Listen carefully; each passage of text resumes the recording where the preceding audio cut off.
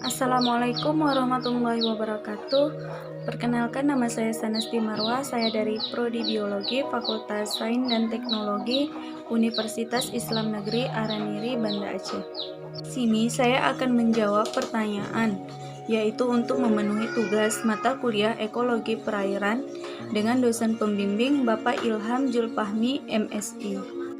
Pertanyaan pertama yaitu, benarkah keanekaragaman ikan pada waduk lebih tinggi dibanding sungai? Menurut saya pribadi, yaitu tidak. Kenapa jawaban saya tidak? Di sini kita dulu harus mengetahui apa pengertian dari waduk tersebut. Waduk merupakan danau alam atau danau buatan, kolam penyimpanan atau pembendungan sungai yang bertujuan untuk menyimpan air. Pada saat pembangunan sebuah bendungan atau pengalian tanah atau teknik konstruksi konvensional seperti pembuatan tembok atau menuang beton. Sedangkan sungai adalah aliran air di permukaan yang besar dan berbentuk memanjang yang mengalir terus-menerus dari hulu menuju hilir. Sungai merupakan tempat mengalirnya air secara gravitasi menuju ke tempat yang lebih rendah. Sungai juga merupakan salah satu wadah tempat berkumpulnya air dari suatu kawasan.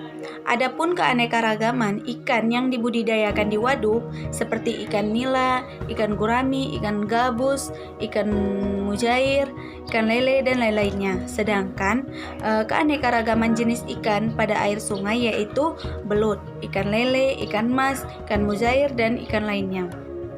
Jadi, kenapa jawaban saya tidak? Karena pada waduk itu secara umum dia adalah pembuatan atau danau yang dibuat untuk penyimpanan atau pembendungan sungai. Sedangkan sungai memang sudah khusus tempat ekosistem pada ikan. Pertanyaan yang kedua yaitu, benarkah pembangunan PLTA dapat berdampak negatif bagi kelestarian ikan?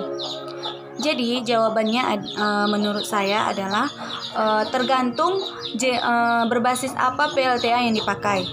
Dampak negatif pembangunan PLTA tergantung proses pengalihan debit air yang cukup besar untuk menghasilkan listrik.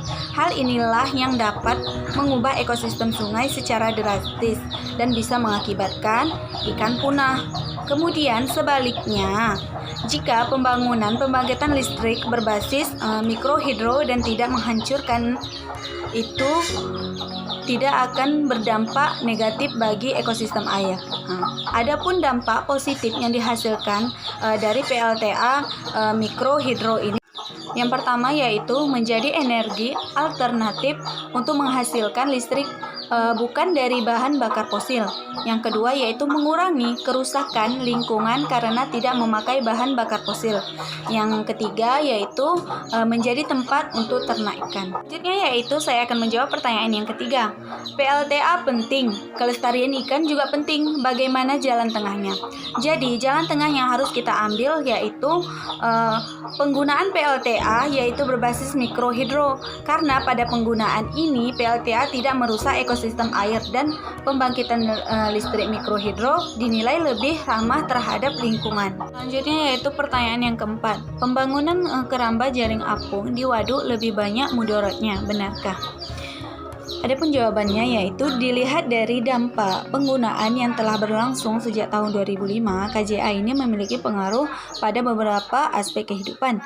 Di antaranya dampak positif seperti memberi efek multiplier terhadap penyerapan tenaga kerja baik secara langsung dan tidak langsung.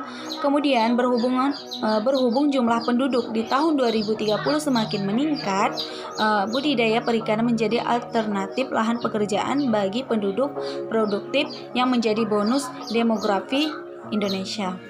Keramba jaring apung memberikan pengaruh pada aspek sosial ekonomi, masyarakat dan lingkungan, di mana teknologi budidaya ikan melalui cara ini dapat mengurangi kesuburan perairan karena memanfaatkan fitoplankton dan tumbuhan air sebagai pakan yang digunakan. Selain itu, salinitas lingkungan pun harus memenuhi persyaratan cara budidaya ikan yang baik dan sesuai standar KPP.